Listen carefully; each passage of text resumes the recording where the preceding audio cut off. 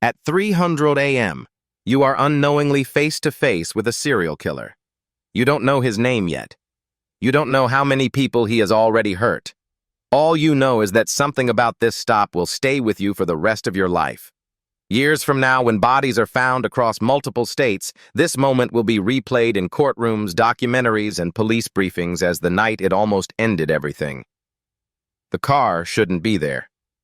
A tan Volkswagen Beetle sits parked outside a dark house on an empty suburban street. No lights, no movement. When you slow down, the engine starts immediately and pulls away. That's enough. You turn on your lights and initiate the stop, unaware that the man behind the wheel has already perfected this situation. He pulls over calmly, too calmly. He steps out and apologizes before you speak. He's polite, educated, cooperative. He tells you he was out late watching a movie.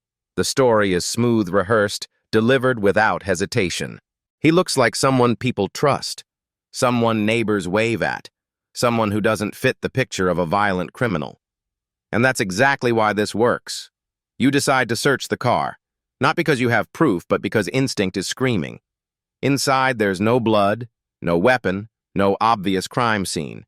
Instead, you find tools, gloves, rope, a ski mask, items that don't break the law but together form a picture you can't legally act on. Suspicion doesn't equal arrest. Fear doesn't hold up in court. So you document what you can. You write down his name, and you let him go. That decision won't feel ordinary for long, because this man will kill again. And when the truth finally comes out, this traffic stop won't be remembered as routine police work. It will be remembered as the moment a serial killer was caught and released by the rules meant to stop him. The man you stopped that night is already a predator. He has a system, he has targets, and he has learned that looking harmless is more effective than hiding. When you ask where he's coming from, he doesn't hesitate. He tells you he was at a movie theater. It's a lie, a small one, practiced, the kind designed not to be questioned. Inside the car are the tools of that system. Not evidence, not yet, but preparation. Gloves to avoid fingerprints, rope to restrain, a ski mask to erase identity, items that mean nothing in isolation and everything when viewed together. This is how he operates. He doesn't carry weapons that raise alarms. He doesn't break laws that stop him early.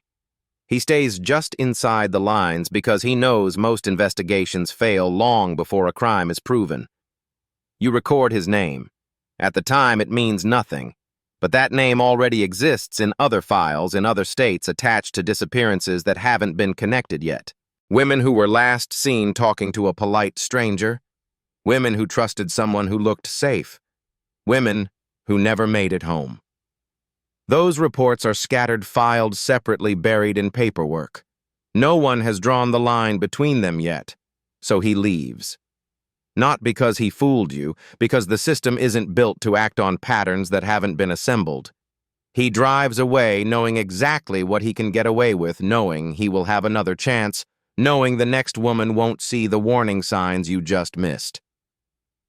Later, when investigators finally piece it together, this stop won't be described as a failure. It will be described as an opportunity. One of the last moments when the crimes were still preventable. And the moment the serial killer learned that nothing was going to stop him. The pattern doesn't reveal itself all at once. It never does. At first, they're just missing persons reports. Separate cities, separate nights, separate jurisdictions that don't talk to each other fast enough. Young women who vanish after ordinary encounters. A ride offered. Help requested. A stranger who looks safe, sounds educated, and knows exactly how to lower a guard without raising suspicion. Witnesses describe the same man. Polite, soft-spoken, clean-cut. Someone who blends in so well that no one remembers him clearly until it's too late. He doesn't attack in the open. He doesn't rush. He isolates. He controls. He uses trust as the weapon, and by the time fear sets in, the situation is already unrecoverable. Behind the scenes, the crimes escalate.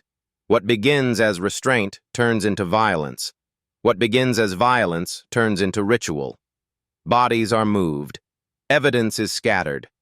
Some victims are never found at all. Others are discovered months later, miles away from where they disappeared, leaving investigators with fragments instead of answers. Each case looks incomplete on its own. Together, they form something far worse. By the time detectives start noticing similarities, the timeline is already long. The geography has spread. The killer has grown confident. He's learned which risks are acceptable and which ones aren't. He knows when to stop talking. He knows when to leave town. He knows the system reacts slower than he moves. This is the cost of delay. Not one mistake, not one missed clue, but a series of crimes allowed to continue because no single moment looked dangerous enough. When the truth finally surfaces, it won't feel like a revelation. It will feel like confirmation of something that should have been obvious all along. By the time the cases begin to connect, the damage is already done. Investigators in different states start noticing overlaps that shouldn't exist by coincidence alone. Similar descriptions, similar timelines, similar methods. Women disappearing after brief encounters with a man who appears helpful, harmless, forgettable. A face that never triggers alarms, a name that slips through databases without stopping anyone long enough to act. Files are pulled, old reports are reread. Statements that once felt vague now sound precise. A traffic stop here, a witness description there, a suspect interviewed but released because nothing crossed the legal threshold. Each department had a piece of the picture. None of them had the whole thing. And without the whole thing, the killer stayed invisible. When the pattern finally emerges, it's unmistakable. The movements line up. The gaps make sense. What looked random was methodical. What looked opportunistic was planned. The killer wasn't improvising. He was adapting, learning how far he could go without being stopped, learning which rules protected him and which ones slowed everyone else down. At this stage, the investigation isn't about catching someone new. It's about realizing how long he's already been operating, how many times he passed close to detection, how many chances existed to interrupt the cycle before it became unstoppable.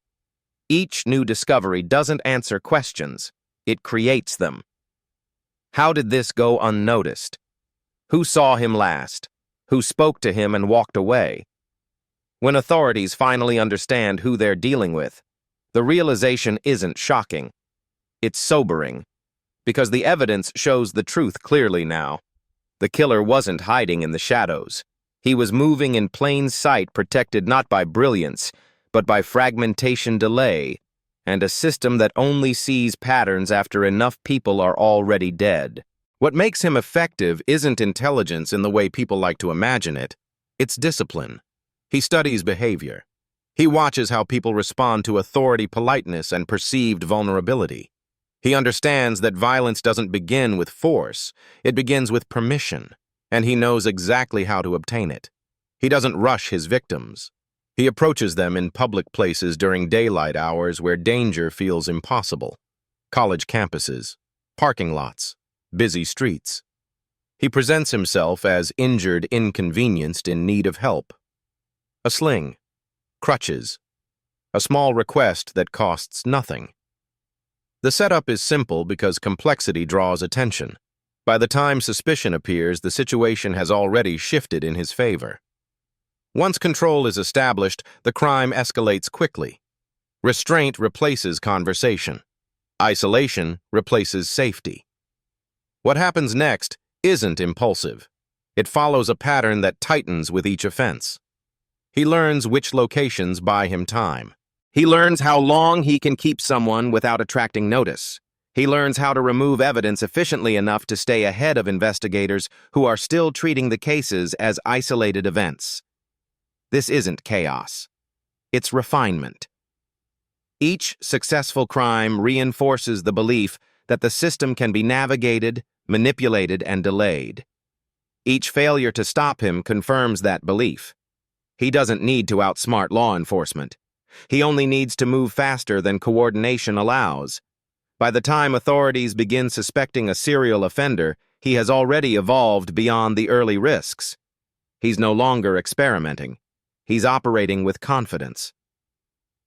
The most dangerous phase isn't the beginning. It's the middle when the killer knows exactly who he is, what he can get away with, and how long it takes before anyone starts paying attention. The first real break doesn't come from brilliance. It comes from exposure. A survivor. A witness who remembers the face, the voice, the car. For the first time, the killer isn't just a theory moving across files. He's a person someone can point to. A lineup. A name spoken out loud. An arrest that looks briefly like the end. But it isn't. Because the charges don't match the scale of what he's done. Kidnapping instead of murder. A narrow conviction that ignores the bodies that haven't been found yet. The system moves carefully, deliberately, convinced it has time. And time is exactly what the killer knows how to exploit. While awaiting trial, he studies the process the same way he studied his victims. He learns schedules, he learns routines, he learns how much trust still exists inside secure buildings. When the opportunity appears, he doesn't hesitate. He escapes, not once, but again. And each escape isn't just a failure of containment, it's permission. Free again, the crimes resume immediately. Faster, more reckless. The restraint is gone. The risk tolerance shifts. What was once calculated becomes urgent. More victims. Less caution. A trail that grows impossible to ignore. Law enforcement scrambles to respond to a threat they believed was already neutralized. This is the most dangerous phase of all. Not when the killer is unknown, but when he's been caught and underestimated. Because at this point he's learned something irreversible, that even when the system closes its hands around him, there are still gaps wide enough to slip through. After the escape, the violence changes. The pauses disappear. There's no cooling off period, no return to careful selection. The killer moves with urgency, now driven by the knowledge that time is limited. He knows he's being hunted. He also knows that until he's physically stopped, nothing else matters. The attacks come faster. Locations shift. Victims are chosen for convenience, not planning. Some encounters end abruptly. Others leave behind survivors who can describe what happened, but not explain how it escalated so quickly. The pattern investigators hoped would slow instead spreads outward, crossing jurisdictions that are already struggling to keep up.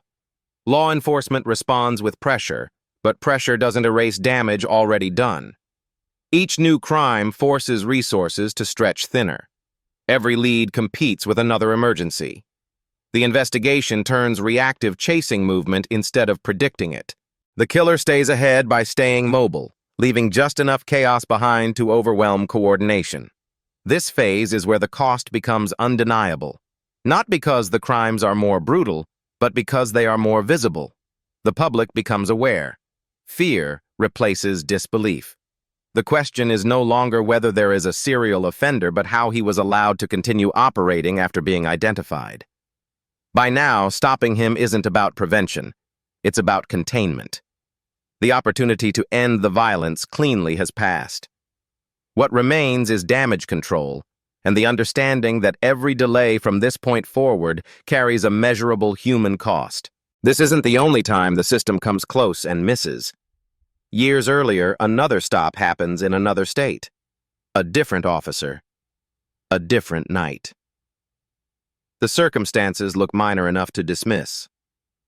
A young man pulled over. Awkward. Quiet. Strange but not criminal. No warrants. No alerts. No immediate reason to search further. So the encounter ends the way thousands of others do. A brief exchange. A release. A forgotten report. What the officer doesn't know is that there's a body in the vehicle. The first of many. A crime already committed, moving through the system unnoticed because it doesn't yet match any known pattern. The killer drives away not because he was clever, but because no one was looking for what hadn't been named yet. The years that follow are defined by escalation. Victims disappear from marginalized communities. Reports are minimized. Warnings are delayed. When concerns are raised, they're dismissed as isolated incidents. The crimes continue behind closed doors, shielded by indifference, disbelief, and the assumption that something this extreme couldn't be happening in plain sight. When the truth finally surfaces, it doesn't come from profiling or predictive work. It comes from a victim who escapes. Evidence that can't be ignored. Images that force action. Only then does the full scale of the crimes become visible. And only then does the question shift from who did this to how many times the chance to stop it was quietly passed over. The turning point doesn't come from strategy. It comes from survival. One victim manages to break free. Injured, terrified, half-dressed, still restrained, he reaches the street and finds help before the situation can be rewritten or explained away. For the first time, law enforcement isn't working with suspicion or patterns. They're working with proof that's alive and standing in front of them. When officers return to the apartment, the illusion collapses immediately. Photographs. Remains. Evidence so explicit it ends every argument at once. There is no interpretation required, no benefit of the doubt left to offer. The case shifts from investigation to containment in a matter of minutes. Interrogations follow. Confessions come faster than expected. Details spill out with a precision that confirms the worst assumptions. What once felt impossible is now documented, catalogued, undeniable. At this stage, there's no shock left, only clarity. The crimes weren't hidden. They were ignored until someone survived long enough to force the truth into the open.